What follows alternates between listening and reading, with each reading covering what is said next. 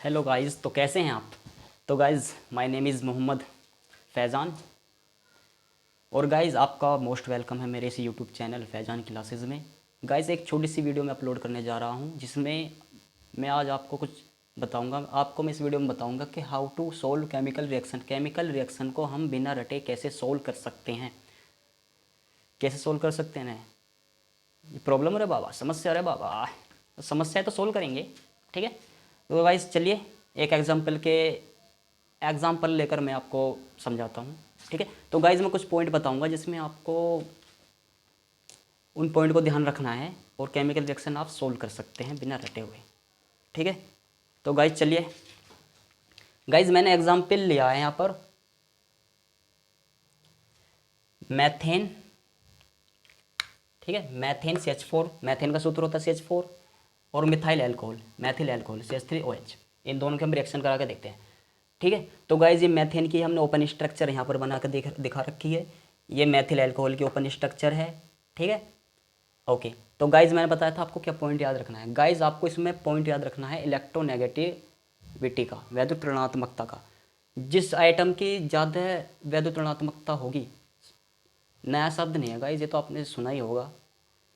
जो आइटम ज़्यादा इलेक्ट्रोनेगेटिव होगा उसका काम क्या होता है, वो दूसरे एटम से जिसके साथ वह जुड़ा हुआ है, वो दूसरे एटम के इलेक्ट्रॉन को अपनी ओर खींच लेता है। ठीक है, जो ज़्यादा इलेक्ट्रोनेगेटिव एटम होगा वो दूसरे एटम से जिसके साथ वह जुड़ा हुआ है, तो वो उससे अब उसके इलेक्ट्रॉन को भी अपनी तरफ खींच लेता है। ये इसकी क्वालिटी होती है, यानी वैद्युत ऋणात्मक एटम ज़्यादा शक्तिशाली होता है दूसरे एटम के कंपैरिजन में, आप ये मान सकते हैं। ठीक है, तो गाइज ये मैथेन कार्बन की चारों वैलेंसी से एक एक हाइड्रोजन जुड़े हुए हैं। ये सिंगल बॉन्ड का मतलब ये कौन सा बॉन्ड है, ये है कोवैलेंट बॉन्ड, सहसंयोजक बंध वो होता है जिसमें दो इलेक्ट्रॉन एक एक इलेक्ट्रॉन का साझा करके बंध बनाते हैं। यानी यहाँ पर कार्बन का भी एक इलेक्ट्रॉन का साझा हुआ है, हाइड्रोजन के भी एक इलेक्ट्रॉन का साझा हुआ है।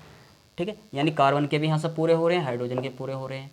ठीक है, तो ये सहसंयोजक बंध बना रखा है, तो आपको पता ही होगा। ठीक है, तो देखो, अब जब हम दोनों को लेंगे तो एनर्जी मिलेगी तो बॉन्ड ब्रेक होगा। तो बॉन्ड ब्रेक कार्बन और हाइड्रोजन का बीच का जो बॉन्ड है, कोई सा भी एक बॉन्ड ब्रेक कर दो, कोई सा भी, मैंने ये वाला कर रखा है। ठीक है, बॉन्ड ब्रेक हो गया। तो बॉन्ड ब्रेक होगा, मैंने बताया था कि जो ज़्यादा इलेक्ट्रोनेगेटिव एटम होगा, बॉन्ड ब्रेक होने के बाद उस पर नेगेटिव चार्ज आएगा, क्योंकि वो दूसरे एटम के इलेक्ट्रॉन को खींच लेगा। यहाँ पर कार्बन हाइड्रोजन से ज़्यादा इलेक्ट्रोनेगेटिव एटम है, तो इस वजह से इसने इस हाइड्रोजन के इलेक्ट्रॉन को अपनी तरफ खींच लिया है। ठीक है, तो खींच लिया है तो मतलब इलेक्ट्रॉनों को अपनी तरफ खींच लिया। इलेक्ट्रॉन पर नेगेटिव चार्ज होता है, तो इलेक्ट्रॉन किसने अपनी तरफ खींच लिया, तो इस पर नेगेटिव चार्ज यहाँ आ गया।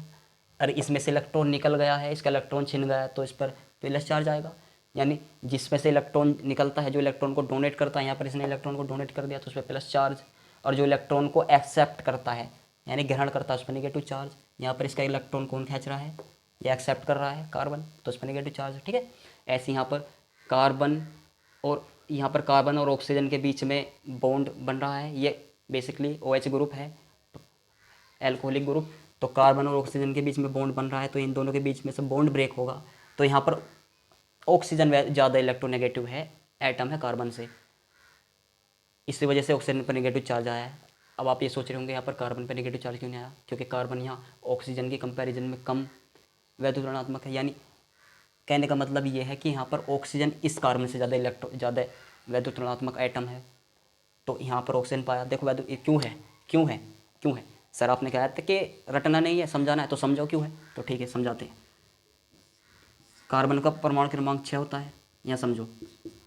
तो उसकी पहली कक्षा में 2 इलेक्ट्रॉन, सबकी पहली कक्षा में कोई सा भी आइटम हो 2 इलेक्ट्रॉन ही भरे जाएंगे। कक्षाओं में इलेक्ट्रॉनिक विन्यास कर रहा हूँ मैं।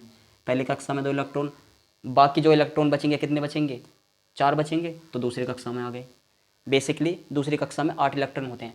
अब इसको अपने 8 हर कोई एटम चाहेगा, देखो मेरी कक्षा पूरी हो जाए, यानी 8 इलेक्ट्रॉन हो जाए दूसरी कक्षा में, तो ये चाहेगा कि इसकी भी पूरी कक्षा हो जाए। तो ये किसी दूसरे एटम से चाहेगा कि मुझे 4 इलेक्ट्रॉन मिल जाएं। तो देखो 4 इलेक्ट्रॉन, तो इन हाइड्रोजन से यहाँ इस कार्बन को 4 इलेक्ट्रॉन मिल रहे हैं, एक इस हाइड्रोजन से मिल रहा है, एक इस हाइड्रोजन से, एक इससे 4 मिल लगे, 4 तो इस कार्बन के हैं ही, और 4 एक इन हाइड्रोजन से ले लिया तो 4 पूरे हो गए। तो ठीक है, अब मैं बता रहा था इलेक्ट्रोनेगेटिविटी का फंडा। ऑक्सीजन का परमाणु क्रमांक 8, इसकी पहली कक्षा में 2, बाकी जो बचे वो दूसरी कक्षा में। अब देखो इन दोनों में ज़्यादा नीड किस है, ज़्यादा नीड लास्ट सेल पूरी करने के लिए, यानी लास्ट तो इसकी यही है, दूसरी सेल पूरी करने के लिए उसमें 8 इलेक्ट्रॉन पूरे करने के लिए किसे ज़्यादा नीड है? ऑब्वियसली जाहिर सी बात है ऑक्सीजन को ज़्यादा नीड है। क्यों है ऑक्सीजन को ज़्यादा नीड? क्यों है? किसे तो 2 इलेक्ट्रॉन चाहिए, इसे 4 चाहिए, इसके कंपैरिजन में इसे ज़्यादा नीड है, ये इसे ज़्यादा नीड है। और जिसे ज़्यादा नीड होती है अपनी कक्षा लास्ट कक्षा पूरी करने के लिए, या आप ये भी समझ सकते हैं जिसकी लास्ट की कक्षा में ज़्यादा इलेक्ट्रॉन होते हैं, या जिसे अपनी लास्ट की कक्षा पूरी करने के लिए कम इलेक्ट्रॉनों की ज़रूरत होती है, वो ज़्यादा विद्युत ऋणात्मक होता है। तो ये ऑक्सीजन इसके कंपैरिजन में ज़्यादा विद्युत ऋणात्मक है, इस वजह से ये इसके एटम को छीन लेगा। ठीक है, समझ में आ गया विद्युत ऋणात्मकता का फंडा? ठीक है, तो ठीक है, यहाँ मैं बता रहा था यहाँ से बॉन्ड ब्रेक होएगा, यहाँ से बॉन्ड ब्रेक होएगा तो H पे प्लस आ गया, तो यहाँ मैंने देख लो, यहाँ मैंने करके दिखा रखा है, ये वाले H पे यहाँ प्लस आ गया।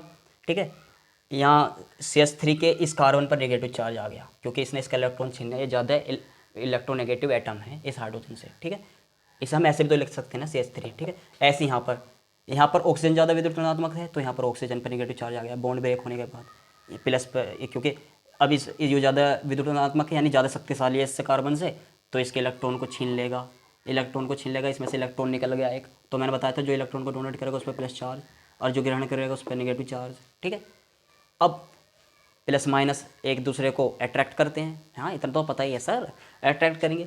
तो ये वाला प्लस, सॉरी ये वाला माइनस कार्बन का इस वाले कार्बन के प्लस को अट्रैक्ट कर लेगा।